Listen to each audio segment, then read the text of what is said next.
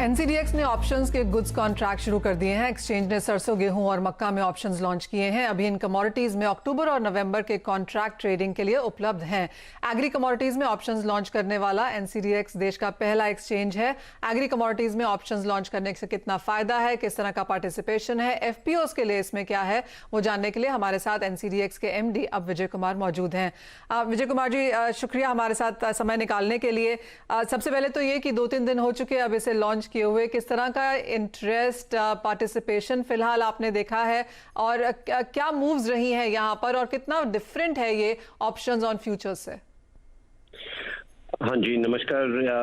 देखिए, पहले तो ऑप्शंस जो है फ्यूचर्स से कहीं बेहतर एक इंस्ट्रूमेंट है किसानों के लिए, क्योंकि अगर किसान जब अपना प्लांटिंग करता है तो उसको अगर आगे उसका जो क्रॉप है उसका प्राइस प्रोटेक्ट करना है तो फ्यूचर्स से भी कर सकता है। और फ्यूचर्स में ये जो प्राइस है वो एक लेवल का प्राइस जो है वही मिलेगा और उससे ऊपर और नीचे, मतलब नीचे तो प्रोटेक्शन मिलता है पर ऊपर बेनिफिट नहीं मिलता। ऑप्शंस में ये एडवांटेज है कि नीचे का प्रोटेक्शन मिलता है पर ऊपर अगर भाव ऊपर हो जाए तो ऊपर का भाव भी किसान के फायदे के लिए उसको मिल सकता है। तो इसके लिए एक प्रीमियम का कॉस्ट रहता है। तो ये जो कॉस्ट फैक्टर है, ये जो एडिशनल प्रीमियम देना पड़ता है, ये इसका शायद किसान को और सपोर्ट चाहिए होगा और ये जो है बैंक्स या फाइनेंसिंग एजेंसीज ये कर सकते हैं। तो इसका अभी मतलब प्रचार हो रहा है और इसका जो इंफॉर्मेशन है ये काफी एफपीओ के माध्यम से हम पहुंचा रहे हैं और दूसरा बैंक्स और फाइनेंसिंग एजेंसीज जो हैं उनको भी हम बता रहे हैं कि ये प्रोटेक्शन जो है अगर फाइनेंसिंग एजेंसीज भी कराएं तो उनके लिए भी अच्छा है और किसानों के लिए भी अच्छा है। विजय जी, आपने इनिशियल इंटरेस्ट इसमें किस तरह का आता हुआ देखा है? हाँ, इंटरेस्ट तो बहुत है पर जैसे मैंने कहा कि कॉस्ट है ना, जैसे पहले मैं पिछले साल की बात करूं तो सोयाबीन में कई किसानों और एफपीओज ने फ्यूचर्स बेचे थे पर बेचने के बाद भाव और ऊपर हो गए, पर उनको ये लगा कि अगर नहीं बेचा होता तो मतलब ऊपर का भाव मतलब मिल जाता। पर ये जो ऑप्शन है इसमें दोनों बेनिफिट्स हैं कि अगर भाव ऊपर जाए तो भी वो बेनिफिट ले सकते हैं। तो ये जो एक्सपीरियंस एक बार एफपीओज करते हैं कि फ्यूचर्स से क्या बेनिफिट है और ऑप्शंस में क्या बेनिफिट है तो वो फिर ऑप्शंस प्रेफर करते हैं। पर ऑप्शंस में जैसे मैंने कहा वो प्रीमियम का कॉस्ट है, वो सपोर्ट शायद कहीं से उनको मिलना पड़ेगा और उसका हम एक्टिवली फाइनेंसिंग एंटिटीज जैसे बैंक्स हैं उनको भी एनकरेज कर रहे हैं क्योंकि हाँ जी, ये कॉस्ट 2-3% का होता है। तो अगर वो सपोर्ट मिल जाए तो उससे सबका बेनिफिट है। एक तो किसान का तो है ही, पर जो एंटिटी फाइनेंस कर रहा है उसको भी ये बेनिफिट है कि वो फिर किसान डिस्ट्रेस में नहीं आएगा क्योंकि उसने प्रॉफिट लॉक कर लिया है। हाँ जी।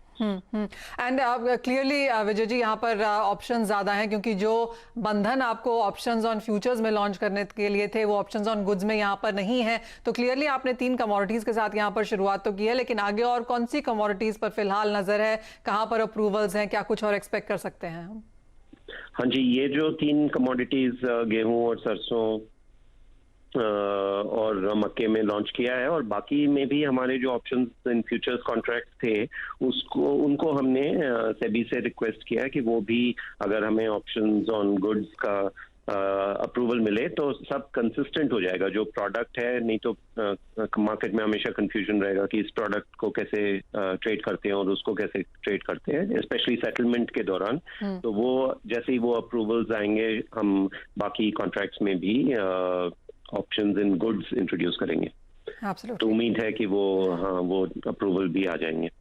उसका इंतजार हम भी करेंगे। विजय कुमार जी, बहुत शुक्रिया हमारे साथ समय निकालने के लिए। तो क्लियरली एग्रीकल्चर में वहां पर ऑप्शंस ऑन गुड्स की एंट्री होती हुई 3 कमोडिटीज के साथ शुरुआत हुई है, लेकिन और 4-5 कमोडिटीज इन द पाइपलाइन। और जैसे विजय कुमार जी कह रहे थे कि इंपॉर्टेंट रहेगा कि सपोर्ट थोड़ा सा कॉस्ट के हिसाब से यहाँ पर किसानों को या एफपीओज को दिया जाए, तो एक्सचेंज उसकी फिलहाल यहाँ पर बातचीत कर रहा है। सुनील, आप कैसे देखते हैं इस प्रोडक्ट को और एग्रीकल्चर एज अ स्पेस में अब आगे जाके किस तरह की पॉसिबिलिटीज आपको दिखती हैं?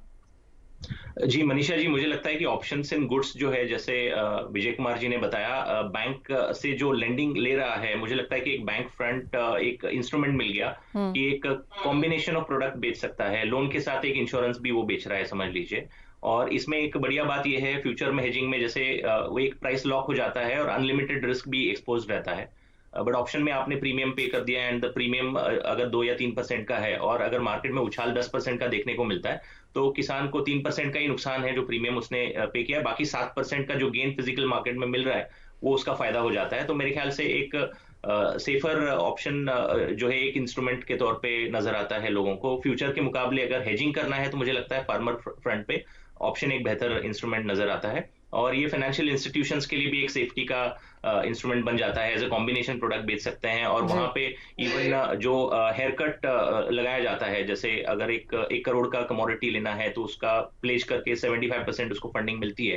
अगर ये हेजिंग करके बेचते हैं तो ये 75% का जो हेयर कट है हो सकता है 85% हो जाए। तो लेंडिंग वैल्यू जो है बढ़ाई जा सकती है। तो इससे बैंक को भी फायदा है और इवन जो फार्मर है, जो एंड यूजर है, उसको भी फायदा है। चलिए, तो बस इससे काफी फायदा होगा, मुझे लगता है इन्वेस्टर्स को। होप यही करते हैं कि क्विकली से ये प्रोडक्ट्स यहाँ पर फटाफट से अट्रैक्शन दिखाएं और हम और पार्टिसिपेशन यहाँ पर आते हुए देखें। लेकिन clearly a winner of a product, जैसे हमारे एक्सपर्ट ने भी कहा, और एक्सचेंज भी यहाँ पर लेके आया है। लेकिन इतना ही समय आज हमारे पास इस कार्यक्रम में है। सुनील और जय, बहुत शुक्रिया हमारे साथ जुड़ने के लिए।